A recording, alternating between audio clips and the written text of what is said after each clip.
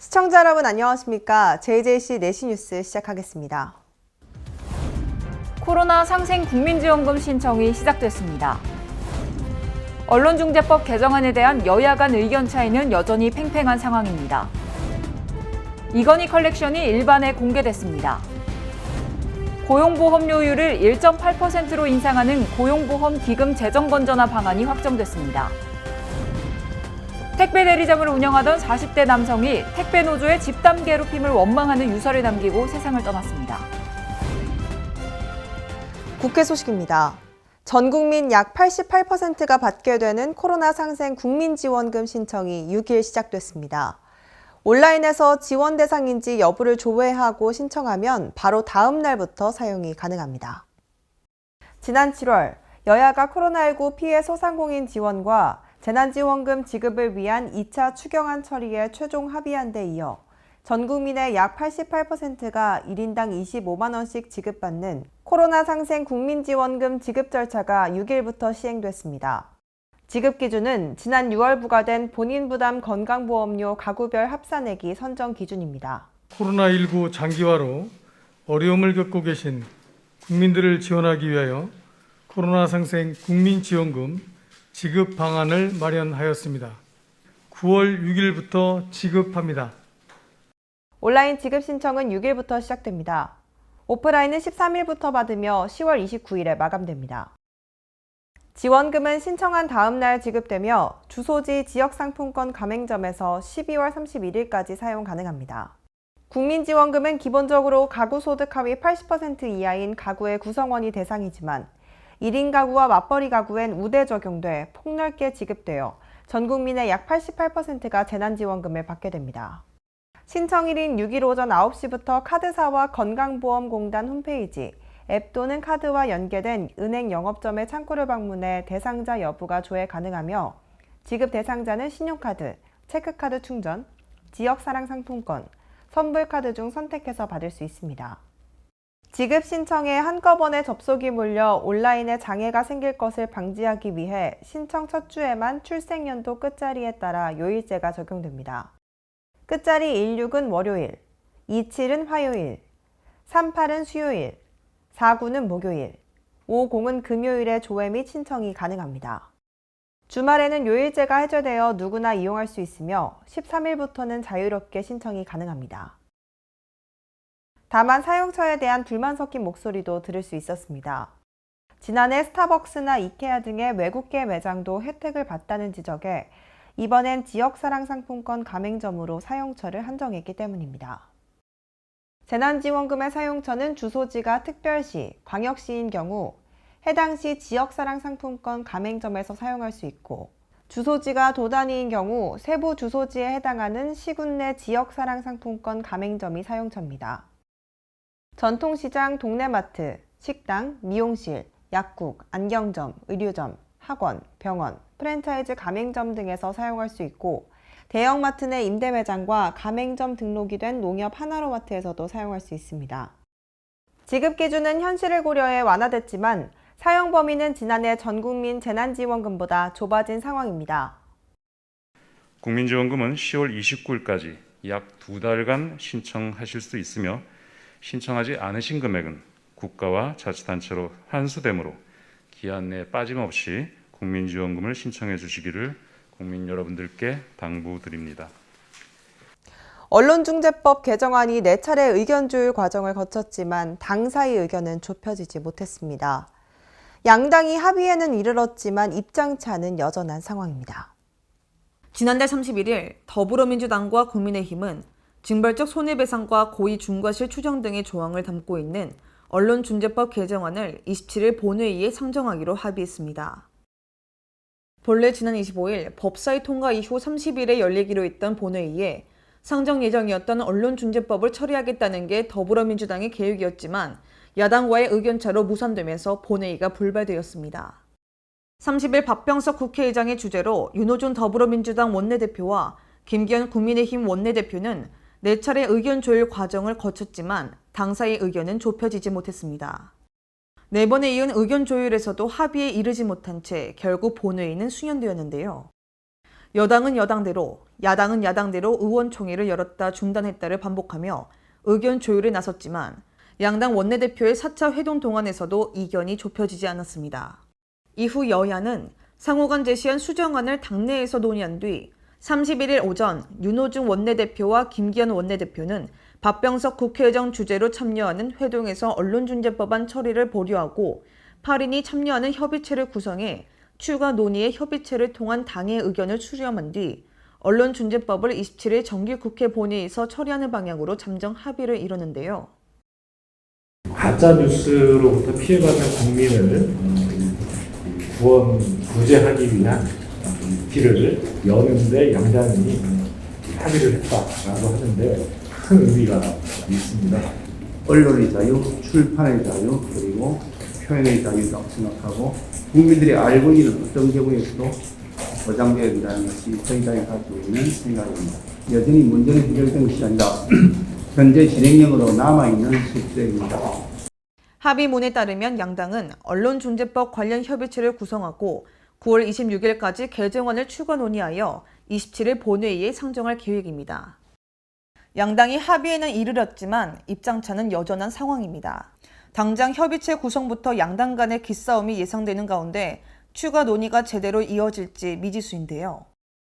회담 이후 여야는 오후 본회의를 열어 언론중재법을 제외한 나머지 쟁점 법안인 종합부동산세법 개정안, 국사법원법 개정안, 사립학교법 개정안, 탄소중립법안, 의료법 개정안 등을 의결했습니다. 한편 문재인 대통령은 이날 언론중재법 개정안에 대한 추가적인 검토를 위해 숙성의 시간을 갖기로 한 것을 환영한다 말했습니다. 고 이건희 삼성그룹 회장이 평생 수집한 문화재와 예술품, 이건희 컬렉션의 주요 작품들이 일반에 공개됐습니다. 이건희 회장의 유족이 기증한 미술작품과 문화재가 일반에 공개됐습니다. 예약이 시작되자마자 한 달 전시가 매진될 정도로 높은 관심을 끌고 있는데요. 국립현대미술관 서울관에서는 20세기 초중반 한국 미술을 대표했던 작가 34명의 주요 작품 58점을 선보이고 있습니다. 네, 이번에 국립현대미술관에 기증된 1488점 중에서 20세기 초중반의 한국미술 명작으로 이번에 전시를 구성하게 되었습니다. 이번 전시에서 선보이는 작품은 총 58점이고요. 그 중에서도 우리나라를 대표할 수 있는 이중섭, 김한기, 장욱진 등과 같은 화가들의 작품들을 보실 수 있습니다. 먼저 이번 전시에는 서양화를 공부한 1세대 한국 화가 백남순 작가의 낙원이 전시되어 있는데요. 풍요로운 자연을 배경으로 노동에 열중하고 있는 사람들의 평화로운 모습이 벽면을 꽉 채우고 있습니다. 전쟁 당시 캔버스를 살 돈이 없었던 장욱진 화백이 작품 소녀의 뒷면에 그린 나룻배도 눈에 띕니다. 한국의 서정적인 추상화가 김환기가 그린 대표적인 작품 여인들과 항아리도 전시되어 있습니다. 1950년대 말 또는 1960년대 초에 그려진 것으로 추정되는 대표적인 작품인데요. 달 항아리를 소재로 여인들과 항아리의 모습을 서정적으로 담고 있습니다. 강인한 민족 정신을 표현한 이중섭의 황소도 관람객들의 주목을 받고 있습니다. 인터넷이랑 인터넷 기사, SNS 이런 데서 워낙 말이 많이 나왔고 그래서 주변 친구들 사이에서도 이거는 꼭 가야 되지 않냐, 언제 우리가 이런 거를 실제로 볼 수 있냐 이런 말이 많아서 저희도 티켓팅해서 성공해서 왔어요. 평소에 좋아하는 작가님들 많았었는데 나오는 길목에 천경량님의 노란 산책길, 그게 좀 지금 약간 잔상으로 많이 남아있는 것 같아요. 이번 전시는 배우 유해진이 재능 기부로 참여한 전시 해설 오디오 가이드가 함께 제공되는데요. 돈으로 환산하기 힘든 귀중한 문화재와 그동안 쉽게 볼 수 없었던 우리나라 근현대사의 미술품이 전시되고 있는 이번 컬렉션은 내년 3월까지 이어질 예정입니다.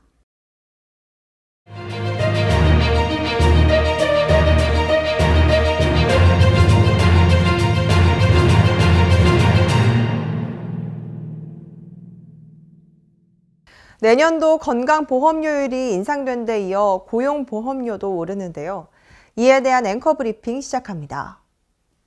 고용노동부가 고용보험료율을 현행 1.6%에서 1.8%로 인상하는 고용보험기금 재정 건전화 방안을 확정했습니다.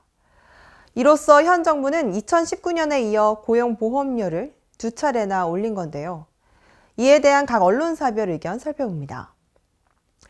A일보는 정부는 2019년 1.3%에서 1.6%로 올렸던 고용보험료 증가폭이 1.8%로 또 인상되면서 고용보험기금 재정 건전화 방안이라고 설명했습니다.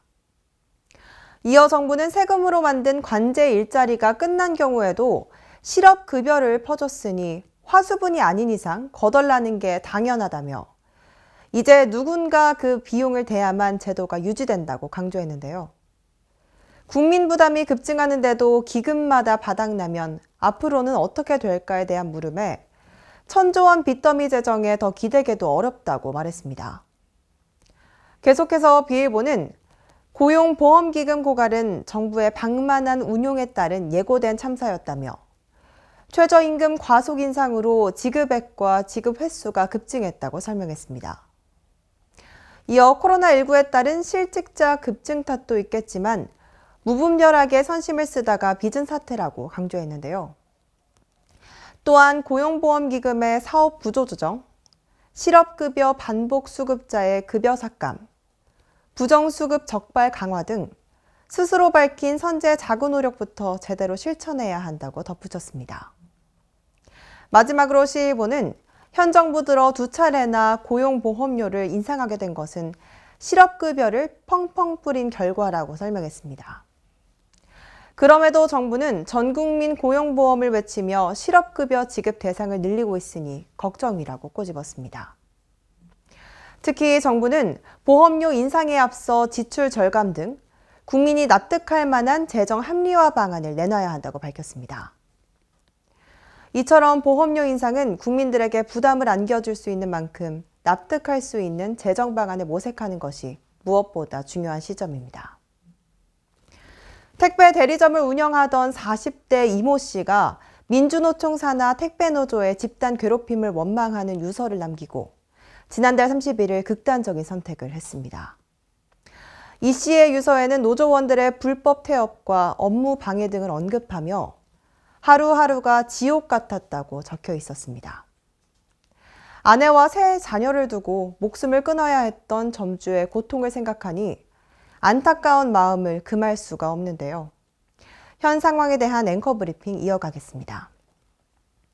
먼저 A일보는 CJ 대한통운 택배 대리점 연합회와 유족들에 따르면 대리점 소속 택배 기사들이 지난 4월 노조에 가입하고 나서 수수료 인상을 요구했고 배송이 어렵거나 단가가 낮은 물건은 배송을 거부해 점주와 아내, 비노조 택배 기사들이 대신 배달해야 했다고 말했습니다. 또 단체 카톡방에는 노조원들이 점주를 집단으로 비방하는 글이 올라와 있었고 점주가 원청업체에 대리점 포기 각서까지 냈다고 하니 얼마나 힘든 상황이었을지 짐작이 가고도 남는다고 비판했습니다. B일보는 택배노조는 2일 기자 간담회에서 일부 조합원들의 괴롭힘 행위가 확인됐다며 노조는 사회적 비난을 달게 받고 당사자들에게는 엄중한 책임을 묻겠다고 말했습니다. 현 시점에서 노조가 대리점주의 비극에 대한 책임을 회사에 돌린 것은 책임 회피일 뿐이라고 강조했습니다. 고인은 유서에서 구체적으로 노조원들의 이름을 댈 정도로 오죽하면 그랬을까 싶다며 택배 노조와 민노총은 여론의 질타를 겸허하게 받아들여야 한다고 꼬집었습니다. 마지막으로 시일보는 이번 사건은 무소불위, 법 위의 노조 소리를 듣는 민노총의 횡포와 패악이 어떤 지경에 이르렀는지 여실히 보여준다고 말했습니다. 민노총이 지금 우리 사회의 최상위 권력이란 비판이 나온 지 오래라며 이런 민노총 미세 앞에 정부는 한없이 초라하다고 비판했습니다. 민노총은 곳곳에서 횡포와 독선을 일삼고 있습니다. 경찰은 철저한 진상조사와 책임자 처벌로 이런 일이 되풀이되지 않도록 해야 할 것입니다. 지난달 31일 20개월 영아를 성폭행하고 살해한 혐의로 구속 기소된 20대 계부가 장모에게 음란 메시지를 보낸 사실까지 밝혀져 충격을 주고 있는 가운데 20대 계부에 대한 신상 공개를 요구하는 청와대 국민청원이 올라왔습니다. 20개월 여아를 끔찍하게 학대하고 성폭행하여 살해한 아동학대 살인자를 신상 공개해 주십시오 라는 제목의 국민청원이 지난 27일 게재된 이후 6일 오후 1시를 기준으로 약 15만 명 이상의 동의를 받고 있습니다. 지난 6월 그는 자신의 친딸로 알고 있던 20개월 피해자가 잠을 자지 않고 운다는 이유로 이불을 덮은 뒤 손과 발로 수차례 때리고 벽에 던지기도 했습니다. 겨우 20개월에 지나지 않은 피해자가 고통에 몸부림치는 것을 보면서도 그는 아이를 성폭행했고 무자비로 당한 아이는 결국 세상을 떠났습니다. 청원인은 학대로 인한 살인, 유기 등에 있어서 극악무도하고 잔인한 범행을 저질렀고 목숨을 잃는 중대한 피해가 발생했다며 가해자 양모 씨는 이 모든 사실을 인정해 특정 강력범죄 처벌에 관한 특별법 제8조 2에 부합한다고 강조했습니다. 이에 따라 청원인은 양모 씨의 신상 공개를 강력하게 요구한다고 호소했습니다. 해당 사건이 알려진 이후 온라인에서는 피고인에 대한 공분이 이어졌고 재판부에는 피고인의 엄벌을 청원하는 진정서가 수십 건 제출됐습니다.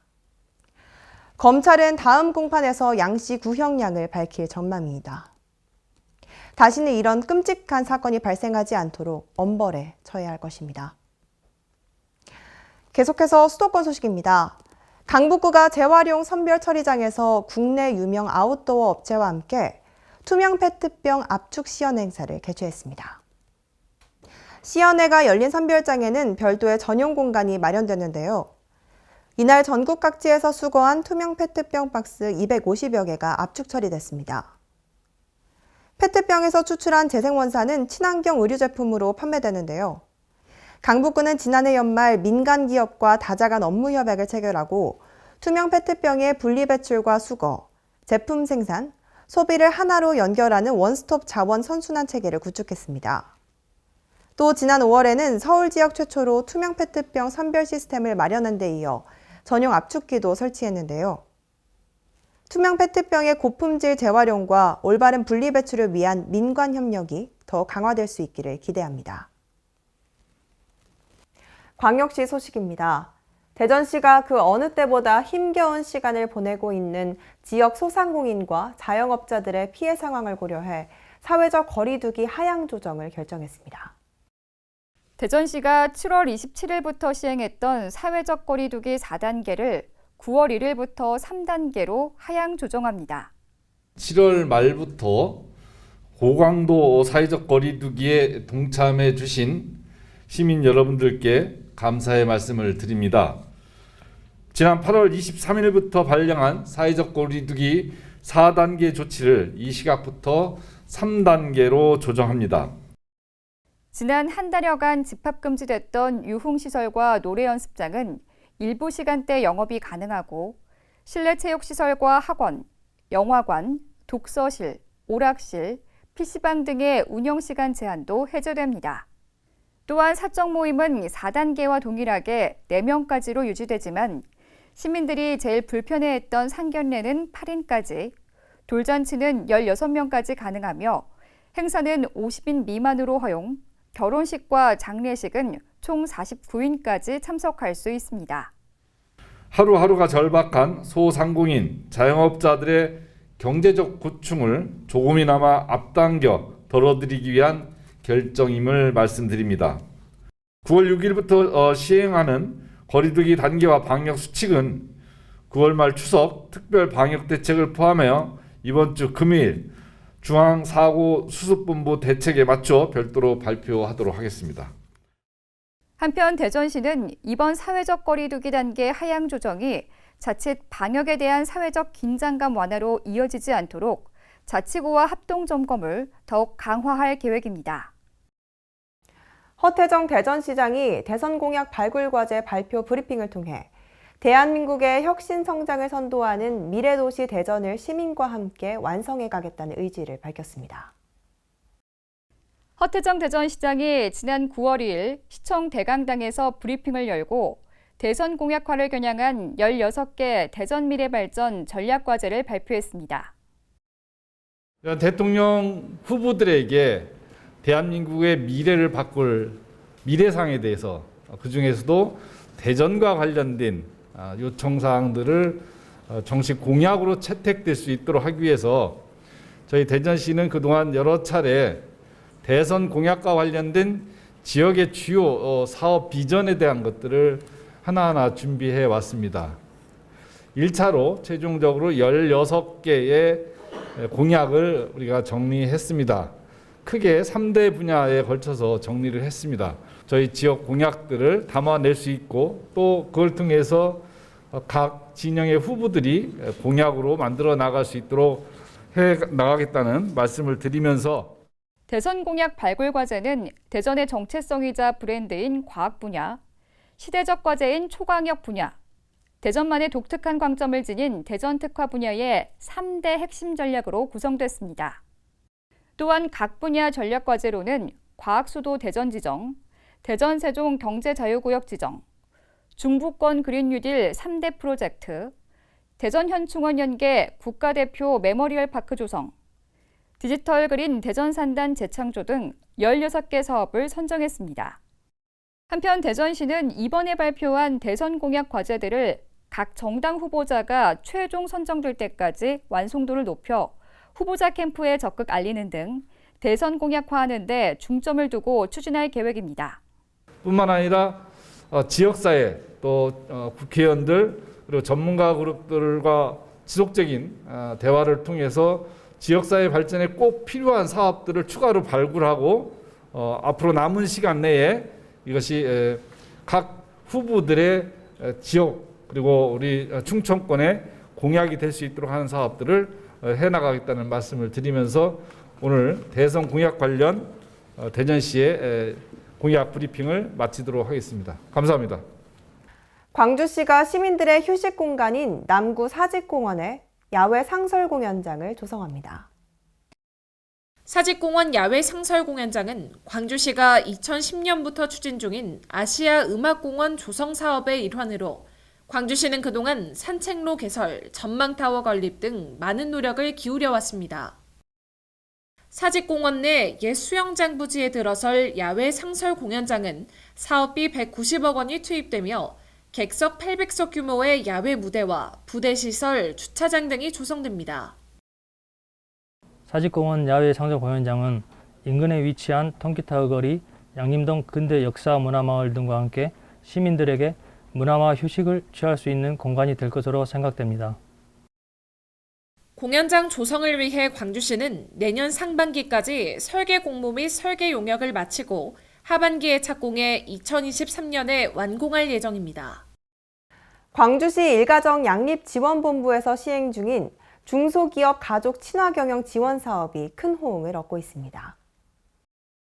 2019년 전국 최초로 시행된 중소기업 가족 친화 경영 지원 사업은 가족 친화적인 프로그램 운영을 위해 기업당 약 200만 원을 지원하는 사업입니다.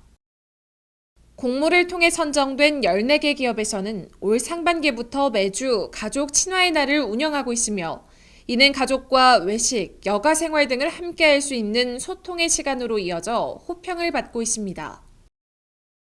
코로나19로 힘든 상황이지만 가족 친화 경영 지원 사업을 통해 참여 기업들의 사내 분위기가 점점 좋아지고 있다는 소식을 듣고 있습니다. 우리 시는 앞으로도 가족 친화 경영 문화가 정착되도록 지원을 강화하겠습니다. 이외에도 입원한 직원에게 위로금을 지원하는 마음 나눔 플러스 쾌유 위로금 사업을 비롯해 가족 휴가 및 건강검진 지원, 사내 미니 도서관 운영 등 가족 친화 관련 프로그램을 운영하고 있습니다. 이어서 강원도 소식입니다.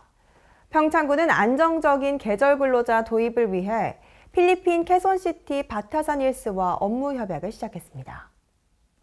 평창군에 따르면 이번 업무 협약은 코로나19 상황을 고려해 서면으로 진행했으며 지난 8월 4일 필리핀 캐손시티에서 먼저 서명하였습니다. 이번 업무 협약에서 평창군이 서명을 마무리해 완료된 서약서 한 부는 필리핀 캐손시티로 전달됐습니다. 이로써 평창군은 베트남 빈투언성, 필리핀 코르도바시와 더불어 3개의 외국 지자체와 교류를 할 수 있게 됐습니다. 한편 평창군은 이번 협약에 이어 캄보디아, 우즈베키스탄 등 다양한 외국 지자체와 업무 협약을 체결할 계획이라며 철저하게 준비하여 외국인 계절 근로자 도입에 차질이 없도록 하겠다고 전했습니다. 횡성군 공약이행 평가단이 군청 2층 소회의실에서 2021년 공약이행 평가 제2차 회의를 갖고 평가 결과를 발표했습니다. 공약이행 평가단은 민간단원 6명과 내부단원 4명으로 구성되었으며 민선 7기 공약사업 100건에 대해 기본계획의 타당성, 목표 달성도 등 5개 항목에 대한 체크리스트를 작성하여 공약이행 실적과 추진사항을 살폈습니다. 평가 결과 우수 등급 81개, 향상 등급 12개, 보통 등급 5개로 나타났습니다. 반면 지역축제 발전적 확대와 어르신 봉양수당 인상 등 2개 과제는 현실성과 객관성이 부족해 노력 등급을 받았습니다. 계속해서 충청도 소식입니다. 2025년 개관을 목표로 청주에 조성되는 미래해양과학관 건립 사업이 순조롭게 진행되고 있습니다. 도민 선호도 조사를 거쳐 외관 디자인은 판옥선 모양으로 확정됐습니다. 바다 없는 충북에 최초로 건립되는 미래해양과학관. 지난해 시작돼 2024년까지 5년간 총 사업비 1,046억 원이 투입됩니다. 2025년 상반기 개관을 목표로 현재 건립 사업이 순조롭게 진행되고 있습니다. 특히 지난해 7월 시작한 건축 설계는 자문위원회 의견 수령과 충북도민 선호도 조사를 거쳐 지난 4월 조선시대 수군의 전투선인 판옥선 모양으로 외관 디자인을 확정했습니다. 전시 설계는 전시 기획과 전시물 제작 설치 사업으로 올해 4월부터 진행하고 있으며 2024년까지 연차적으로 사업을 추진할 계획입니다. 내부 전시 공간은 해양 환경관과 바다 체험관, 해양 바이오관 등 상설 전시관과 어린이 해양 체험 공간으로 꾸며 해양의 스토리를 담은 카페형 아쿠아리움도 접목할 예정입니다. 다양한 체험을 위해 증강현실과 가상현실, 4D 영상, 터치스크린 등 첨단 기술을 활용한 스마트한 공간을 연출하고 최신 해양 로봇 등 체험시설을 배치할 계획입니다. 충청북도는 현재 계획대로 차질 없이 진행되고 있다며 국내는 물론 세계적으로도 손색 없는 최고의 미래해양과학관이 만들어질 수 있도록 하겠다고 말했습니다. 경상도 소식입니다. 양산시가 부산, 양산, 울산 광역철도 노선이 권역별 핵심 선도 사업에 포함돼 우선 추진 대상으로 선정됐다고 밝혔습니다. 이와 관련해 양산시는 지난 12일 경남, 부산, 울산 광역자치단체와 합동으로 국토교통부를 방문해 광역철도 건설 사업의 시급성과 당위성을 강조하고 핵심 선도 사업으로 포함될 수 있도록 공동 건의했으며 지역 국회의원에도 협조를 구하는 등 그동안 전방위적 노력을 기울여 왔습니다. 부산 도시철도 1호선 노포역에서 웅상을 거쳐 울산 KTX역까지 이어지는 총 연장 50km, 총 사업비 1조 631억 규모의 광역철도는 이번 국토부의 비수도권 광역철도 핵심 선도 사업 선정으로 정부 주도의 사전 타당성 조사가 8월 중 시작돼 이르면 내년에 예비 타당성 조사를 진행할 수도 있어 광역철도 추진이 가시화될 것으로 전망됩니다. 올해 우리나라 내륙으로 진출한 첫 번째 태풍 오마이스는 비교적 작은 규모의 태풍이었지만 내륙을 관통할 만큼 많은 피해가 잇따랐는데요. 포항시가 태풍 오마이스 피해 조사 및 복구에 나섰습니다. 포항시는 제12호 태풍 오마이스 피해 조사와 복구를 위한 총력전에 돌입했습니다. 이번 태풍은 많은 비를 동반해 상가와 주택, 도로, 차량 침수, 소하천 범람 등 많은 침수 피해가 발생했습니다. 특히 죽장면 31번 국도 등 폭우로 도로 일부가 유실되기도 했으며 이외에도 구룡포읍, 장기면, 호미곶면 등에서 피해가 잇따랐습니다. 이에 포항시는 공무원과 소방 및 경찰, 군 병력뿐만 아니라 자원봉사단체 등과 함께 신속하고 안전한 피해 복구를 위한 긴급 현장 대응 회의를 가지고 피해 조사와 복구를 위해 구슬땀을 흘렸습니다. 특히 시는 태풍 잔해 복구 및 피해 주택 상가의 환경 정비를 지원하고 농작물 피해 조사 및 복구 지원, 각종 시설물 안전 점검을 실시했습니다. 또 토사와 오염물, 해안가 쓰레기 처리는 물론 철저한 방역과 소독에도 행정력을 총동원했습니다. 이에 죽장면과 용흥동, 학산천 일원 등의 일부 유실됐던 도로가 빠르게 재기능을 되찾았으며 구호 물품 지원, 봉사활동 등 따뜻한 도움의 손길이 더해져 만 하루 만에 도시 기능을 대부분 회복했습니다.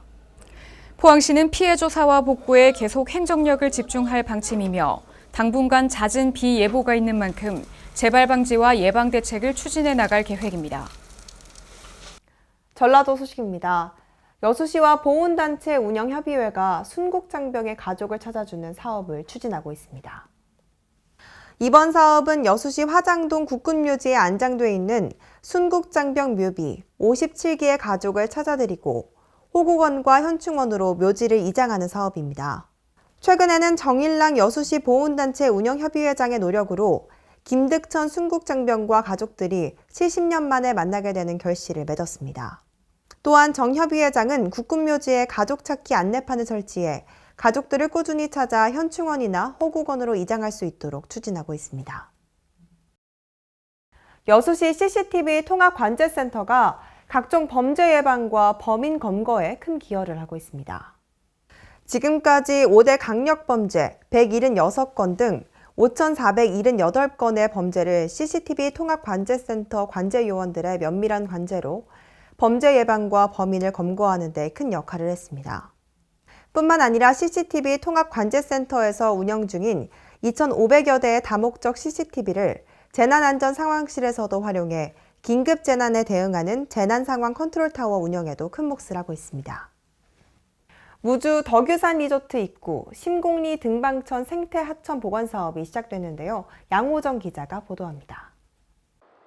무주 덕유산 리조트 입구 심곡리 등반천 생태하천 복원 사업이 2025년 준공을 목표로 설계업체 선정과 함께 본격적으로 시작됐습니다. 등반천 복원 사업은 무주 덕유산 리조트 개발과 인근 상가 농지 등으로 인한 생물서식 환경이 훼손 교란되고 수질 오염이 가속되고 있는 등반천의 생태적 건강성을 회복하여 사람과 마을이 공존하는 청정 관광도시 무주 조성을 목적으로 하는 사업입니다. 무주구는 올해 안에 환경영향평가 후 조사 측량 및 현장 조사를 마무리하고 오는 10월 주민 설명회를 통해 의견 수렴과 함께 공사에 대한 정보를 공유한다는 계획입니다.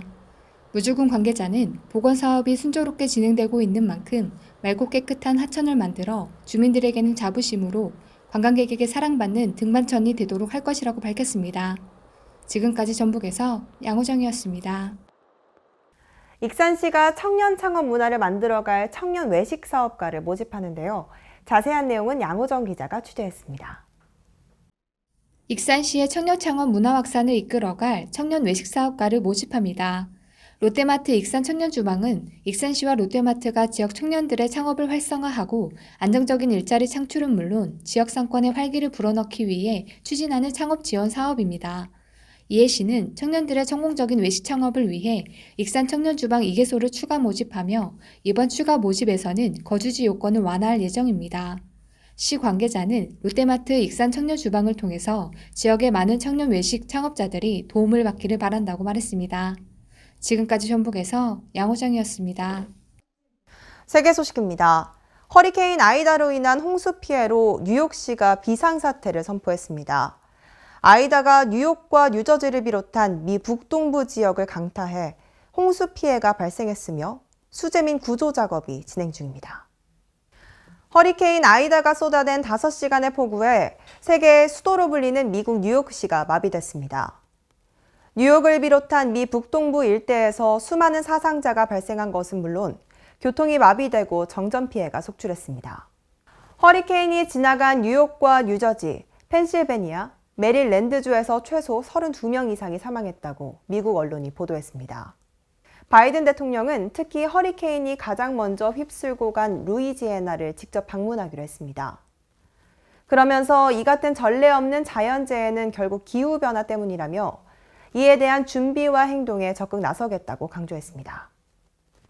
지난달 15일 탈레반이 수도 카불까지 점령한 이후 아프간 여성 언론인의 수가 눈에 띄게 줄어든 것으로 나타났습니다. 지난달 31일 국경 없는 기자회는 성명을 내고 아프가니스탄에서 여성 언론인의 자유와 안전을 즉각적으로 보장할 것을 촉구했습니다. 지난달 15일 탈레반이 수도 카불까지 점령한 이후 아프간 여성 언론인의 수가 눈에 띄게 줄어든 것으로 나타났습니다. 국경 없는 기자회는 성명을 내고 아프가니스탄에서 여성 언론인의 자유와 안전을 즉각적으로 보장할 것을 촉구했습니다. 탈레반이 점령한 아프간에서는 여성 기자의 목소리가 방송에 나가는 것조차 허용하지 않고 있어 스튜디오에서 뉴스를 전달하는 일은 물론이고 현장 보도도 금지됐습니다. 크리스토프 들루아르 RSF 사무총장은 성명에서 여성 언론인들은 가능한 한 빨리 괴롭힘을 당하지 않고 이를 재개할 수 있어야 한다며 언론 환경에서 여성이 부재하면 모든 아프간인들을 침묵시키는 효과가 있다고 지적했습니다. 테슬라 최고 경영자 일론 머스크가 반도체를 비롯한 부품 조달 차질로 인해 신형 로드스터 출시를 2023년으로 1년 더 연기한다고 밝혔습니다. 현지 시각 1일 로이터 통신 등의 보도에 따르면 머스크는 이날 트위터를 통해 테슬라가 공급망 부족 현상에 직면하고 있다며 내년에 대단한 반전이 없다고 가정한다면 신형 로드스터는 2023년에 출시될 것이라고 말했습니다. 머스크는 지난 1월 지난해 출시를 목표로 했던 2세대 로드스터가 내년 늦여름에 나올 것이라고 밝혔었습니다. 하지만 전 세계 자동차 업계를 강타한 부품 공급 문제를 테슬라도 피해가지 못해 계속해서 출시가 미뤄지고 있습니다.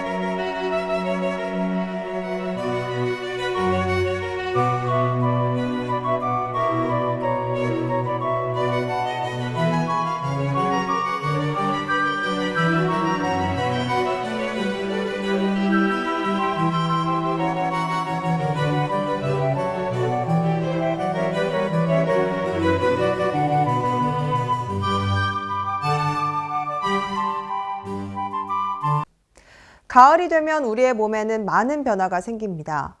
우선 기온이 낮아지면 몸속의 열을 보호하기 위해 혈관이 수축되며 이로 인해 혈압이 상승하는데요. 고혈압을 앓고 있다면 혈압을 낮추기 위해 노력해야 합니다. 또 날이 건조해지기 때문에 항상 물병을 가지고 다니는 습관도 필요합니다. 이상 뉴스 마칩니다. 시청해주신 여러분 고맙습니다.